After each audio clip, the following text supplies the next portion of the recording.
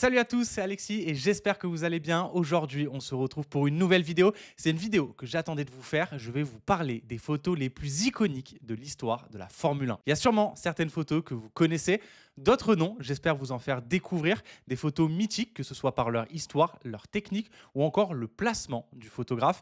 Et restez bien jusqu'à la fin de cette vidéo. Il y a une photo, on nous a carrément menti depuis des années dessus.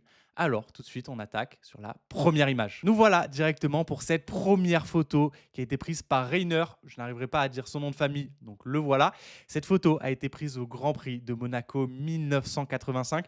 Donc très loin de notre époque avec nos appareils numériques où on voit directement le résultat dans l'appareil.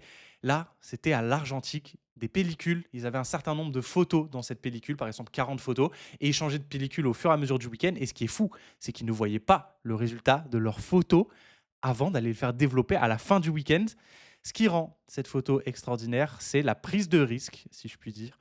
C'est qu'elle a été prise entre un 15e et un 30e de seconde. Rainer lui-même l'a dit dans une interview et il nous a expliqué un peu la technicité de cette photo. Mais je vous parle beaucoup de ça. Mais cette photo, c'est une Ferrari, du coup, avec les flammes derrière, prise au virage de la Rascasse. Si je ne dis pas de bêtises, je pense que c'est ça. La photo, en termes de réalisation, est extraordinaire, surtout pour une photo prise à l'argentique. Donc, il était à un zoom de 43,86 mm. Et c'est un détail très important pour cette photo, car en fait, pour la faire, il nous a expliqué qu'il s'était mis à ce virage et il avait fait plusieurs essais en zoomant et dézoomant dès que la voiture passait pour donner cet effet de flou de vitesse et avoir vraiment le casque au milieu de la photo. Et du coup, c'est comme ça qu'on a cet effet incroyable avec les flammes, vraiment le sujet parfaitement net et cet effet de flou de mouvement. Mais du coup, ce flou de mouvement a été créé grâce au zoom dézoom qu'il a pu faire avec son appareil. Ce qui est fou pour moi avec cette photo, c'est qu'elle a été prise avec l'argentique. Vous vous rendez pas compte de la chance qu'on a aujourd'hui avec nos appareils numériques où du coup, on a directement tous nos réglages, on voit directement l'exposition, etc. À l'époque, c'était pas du tout comme ça. Je me suis renseigné pour vous et du coup, à l'époque, ils utilisaient un certain instrument pour faire, du coup, pour savoir s'ils étaient bien exposés selon leur réglage. Et lui, il utilisait le Nikon F3, l'un des premiers appareils argentiques qui bénéficiait d'un écran LED qui lui indiquait s'il était plus ou moins bien exposé. Donc, technologiquement parlant, on était quand même très avancé pour cette époque. Pour rappeler, on est en 1985. Donc voilà, dites-moi ce que vous en pensez en commentaire de cette première photo. Je pense que vous l'avez probablement déjà tous vue. Et maintenant, on passe à la deuxième photo qui est un petit peu plus moderne. Et pour cette deuxième photo, on fait un saut dans le temps. On est dans l'ère numérique de la photographie du sport automobile. Cette photo a été prise par Mark Thompson, photographe iconique de Red Bull et de Getty Images. Cette photo, c'est tout simplement Sebastian Vettel qui célèbre son 4e titre de champion du monde à la fin du Grand Prix d'Inde en 2013. Tout d'abord, cette photo est iconique par le fait que ce soit Sebastian Vettel qui vient de gagner son 4e championnat du monde avec l'équipe Red Bull. Mais surtout, il vient de faire des donuts sur la piste. Et là, personne ne s'y attendait. Il sort de sa voiture, il se met devant et il s'agenouille devant cette voiture. Et ce qui fait que cette photo est totalement incroyable, c'est par le placement du photographe. En termes de technique, on est sûrement sur du 1 millième avec une ouverture à 5, 6, 7 ou 8. Vraiment, on voit Sébastien Vettel, le pilote, qui est totalement net, ainsi que sa voiture. Mais en termes de placement, c'est parfait. Le cadrage est parfait. La voiture est au centre. Sébastien Vettel aussi. On a de l'aération à gauche, de l'aération à droite. En termes de retouche, on a juste ce qu'il faut. Comme vous pouvez le voir, on a un petit peu de contraste, on a un petit peu de clarté. Et pour moi, juste en termes d'histoire, une image raconte beaucoup. Elle n'a pas besoin d'être exceptionnelle en termes de technicité, mais l'histoire qu'elle raconte derrière est incroyable. Et c'est pour ça que cette photo, cette deuxième photo que j'ai choisie, pour moi, fait partie d'une des photos les plus iconiques de la Formule 1. N'hésitez pas à me dire en commentaire ce que vous en pensez, si elle a sa place dans les photos les plus iconiques de l'histoire de la Formule 1. Pour cette troisième photo, on est à Singapour en 2023. Le photographe est Carlo Labanese, un photographe Ferrari depuis des années. Tout le monde le connaît dans le paddock. Et un soir, pendant le Grand Prix de Singapour en 2023, il nous sort ce gros banger, le détail d'une étincelle. Pour ceux qui ne savent pas, en Formule 1, les voitures font beaucoup d'étincelles quand le fond plat, le dessous de la voiture, frotte la piste et qui donne des étincelles. On n'en avait aucune idée avant que cette photo soit prise, qu'on pouvait avoir un détail pareil sur une étincelle. Et je pense que ça vous choque autant à vous qu'à moi, pour être honnête. J'étais complètement choqué quand je l'ai vu. En termes de technique, je n'ai pas les réglages de la photo, mais ce que je peux vous dire, en tout cas, je suis presque sûr que c'est un téléobjectif très long, donc on est au moins sur du 400 mm ou alors un crop énorme sur cette photo, donc je ne saurais pas vous dire. Et en vitesse, on est sur au moins du 1, 5 millième, 2 millième, quelque chose d'énorme vraiment pour figer ce moment.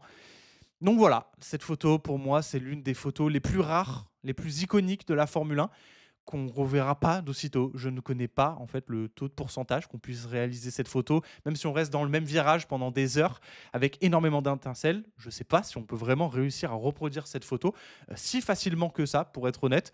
Donc cette photo rentre pour moi définitivement dans mes photos préférées et les photos les plus iconiques de l'histoire de la Formule 1. Pour cette 4e photo, on est à Indianapolis en 2022 et c'est encore une fois le photographe Mark Thompson qui nous a réalisé cette photo. Cette photo, je vous le dis, elle n'est pas extraordinaire par sa technicité, mais plus par son placement, être au bon endroit, au bon moment, ce qui fait aussi la qualité d'un photographe. Et comme vous pouvez le voir, c'est Michael Schumacher qui arrive en dernier ou presque dernier sur la grille de départ. Et comme vous pouvez le voir, à ce moment-là, Michael Schumacher domine totalement la Formule 1 et le voir arriver comme ça sur la grille et que tout le monde s'écarte pour vraiment laisser place au champion sur la grille, c'est extraordinaire. Il avait déjà remporté le titre 5 courses plus tôt dans cette saison, donc ce qui amplifie la légende derrière cette photo. Et pourquoi elle est aussi extraordinaire d'après moi et qu'elle rentre dans ces photos les plus iconiques, c'est le placement du photographe. En général, les photographes sont sur la grille de départ ou encore au premier virage pour avoir les photos du départ.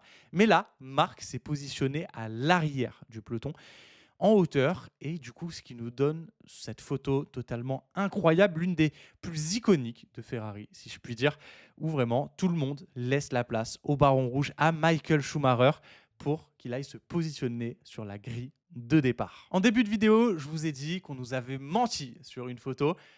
Nous y voilà directement sur la 5e photo. On parlera du photographe plus tard, car comme je vous ai dit, cette photo n'existe pas réellement. Donc pour commencer, on est à Abu Dhabi en 2018. Fernando Alonso annonce sa retraite et donc Lewis Hamilton, Sebastian Vettel et Fernando Alonso font des donuts sur la grille de départ. Et malheureusement, les 3 voitures n'ont jamais été alignées comme ça. Je vous laisse aller vérifier sur YouTube si vous voulez voir, mais j'ai vérifié pour vous. Et la photo originale, la voilà, elle a été prise par Simon Galloway. Et comme on peut le voir, Lewis Hamilton n'est pas du tout aligné avec la McLaren de Alonso et la Ferrari de Vettel. Malheureusement, on a tous voulu y croire à cette photo. On a voulu croire à la magie du moment où les 3 photos étaient alignées.